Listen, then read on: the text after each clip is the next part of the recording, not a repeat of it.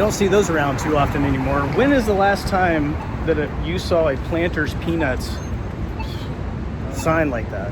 I thought it was down the street there anyway. I don't know. Anyway, friends, we are in the next day. We enjoyed Johnny's last night, had a good time with friends. Paul and I are walking around downtown, beautiful Columbus, Ohio, today, in search of 2 last locations of hauntability here in, is that a word? Yeah, why not? It is now. Here in downtown. I think you're gonna enjoy, I know you're gonna enjoy this. That's why you're here. All right, let's go.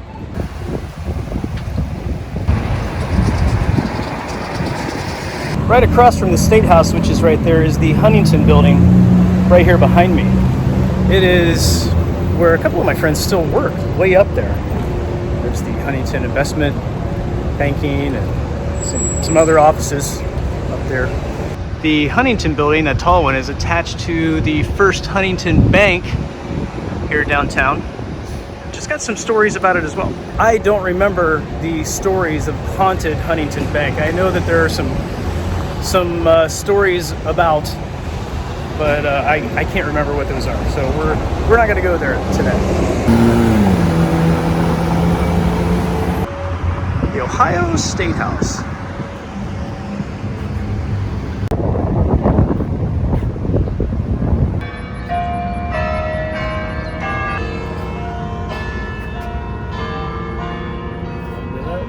Columbus Dispatch Building, Ohio's greatest home newspaper.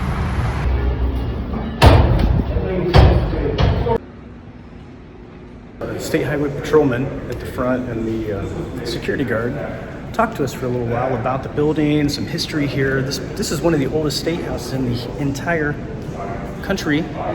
Started work on this in the 1830s, finished it in 1867. A lot of stuff has happened in this building over the years. This is a really interesting book. I've never seen anything like it. You just turn the page and it gives you different information, but it's actually just not a real page. Very, very interesting. This is open to the public because all Ohioans own it. Even though I'm not an Ohioan, I am welcomed here.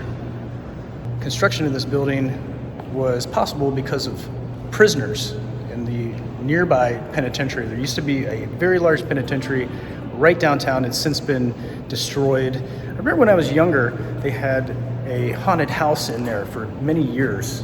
I never got the opportunity to check that place out. I was pretty young at the time when they tore it down.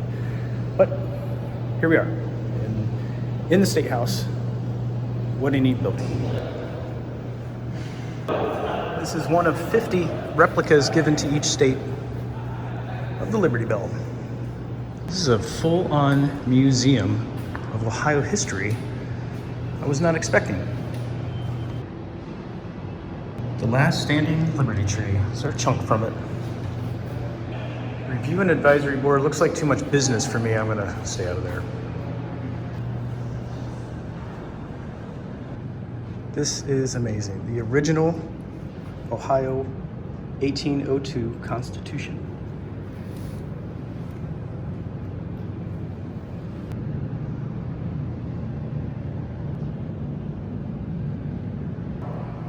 On the other side, we have the Ohio Constitution of 1851. There's a lot of Ohio information here. Well, if you're into politics, this state house in Ohio has a really amazing collection of political information and memorabilia and Ohio history here. But we did not come here today for all of this political history in a way.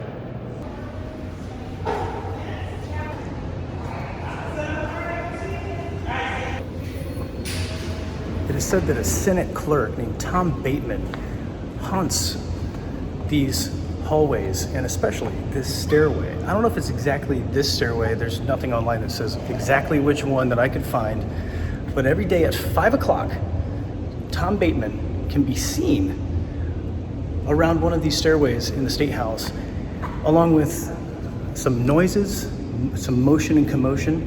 that can also be heard around that 5 o'clock hour around the stairways. Well, here we are. It's also said that the ghost of Abraham Lincoln and another young lady haunts the hallways of the State House.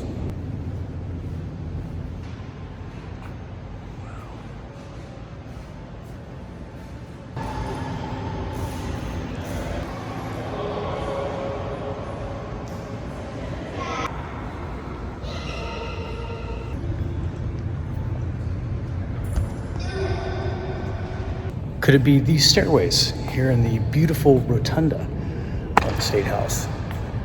This is one of the most large and most amazing rotundas in a State House I've been in so far. I haven't been to all the State Houses, but I've been to a few.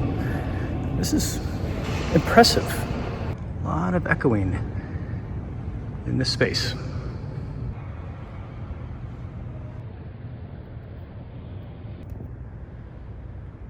This is one of the largest paintings I've ever seen. Just looking at it, I almost lost my balance trying to stare at it. What's also as huge is these doors. Good grief. Things have to be 15 feet tall.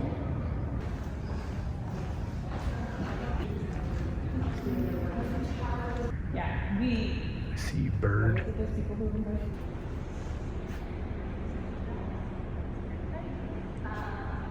I love this. Since the people own it, you can just walk around wherever you want to. You can't like walk into somebody's office. You'd have to knock first, but pretty much everywhere else you can just go. Except for the upstairs, upper rotunda. The public's not allowed there, but the highway patrolman told me that he's been up there, and it is really neat because the signatures of the people that built the building, the prisoners, and some other officials through the years have wrote their names around the place. I would really love to see that, but that's not gonna happen for us today, friends. I tried. It's not gonna happen. But we can walk anywhere else.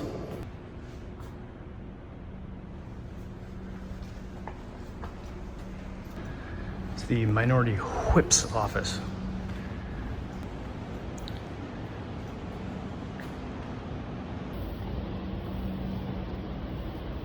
Don't know where I am, just wandering around. I don't really sense anything eerie here either. It does seem like an old dark building though, that's just kind of lost in time. Beautiful woodwork everywhere. Stained glass.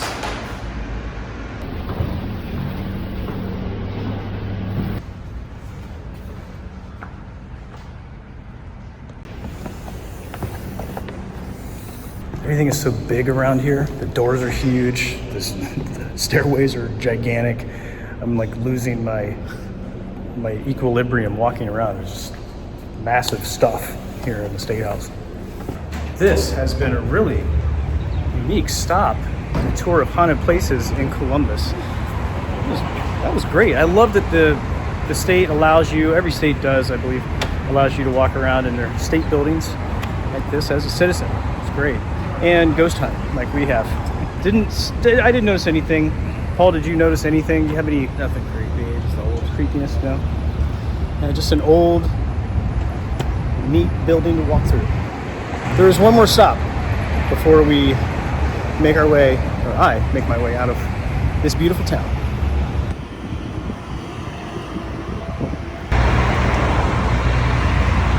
When I was a kid, my doctor was in this building right here. We used to park in this parking lot.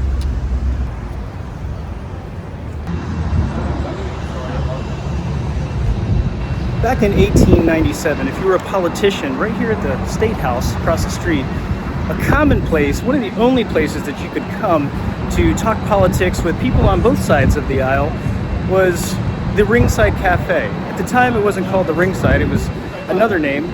And then it burned down at some point, and usually the Episcopal Church that we saw as we walked down the sidewalk a few minutes ago was at the same time being designed by the same architects as this new building here, the Ringside Cafe.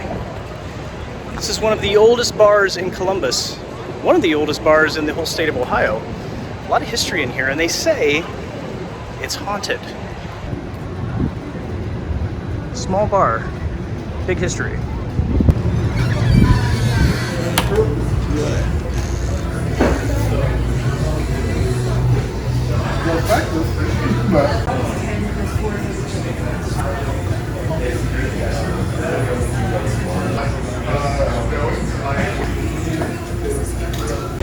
During Prohibition, the name of this bar changed. They changed over to an antique store and a tea house.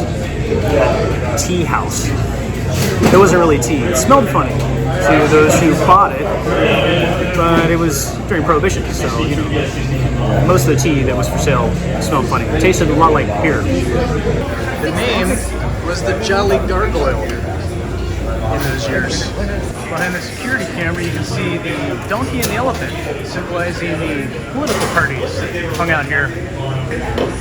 Some other stained glass. Happy hour.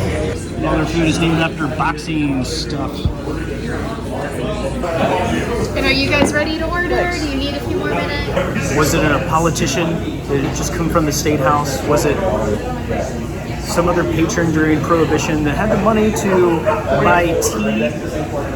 Was it just a regular patron from a couple of years ago that haunts these hallways?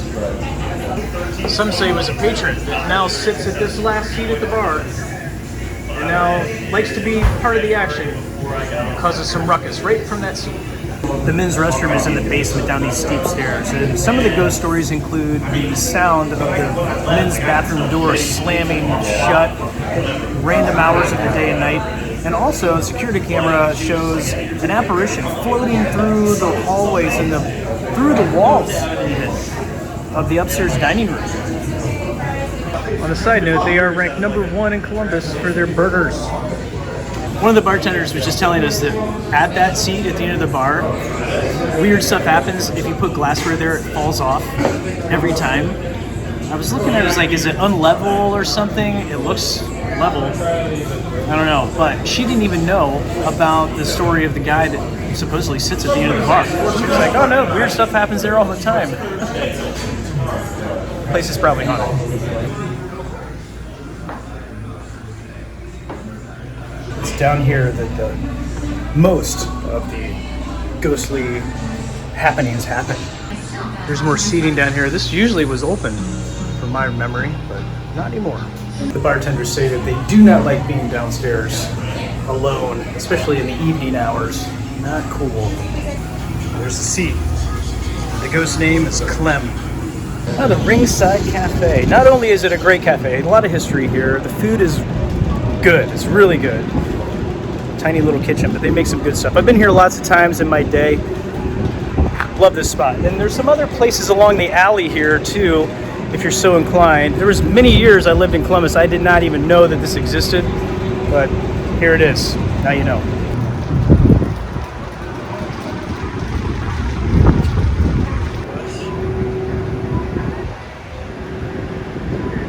I think this street artist needs a little more practice before going public. Paul and I were sitting at the Ringside Cafe, and just around the corner is the elevator. This is notoriously known as one of the most haunted buildings in Columbus. A long time ago, a ladies' man used to hang out in here. It used to be called the Clock. And the guy that used to hang out here and talk to the ladies didn't fare so well one night. Right out front of the front doors here, one evening a long time ago, a gal that didn't like this ladies' man so well lured him outside, killed him right here, right there. He stumbled inside the building, died right inside the front doors of what was then the Clock. It was also the Bott Brothers Billiards. It was a men's club. A lot of history here.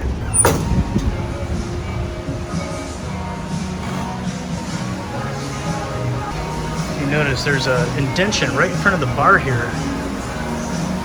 Well, as I said, this used to be a men's club, and this indention here was so men didn't have to walk too far to relieve themselves. They could do it right here in this little trough area. Clearly there were no ladies around, or that probably wouldn't be the case, right?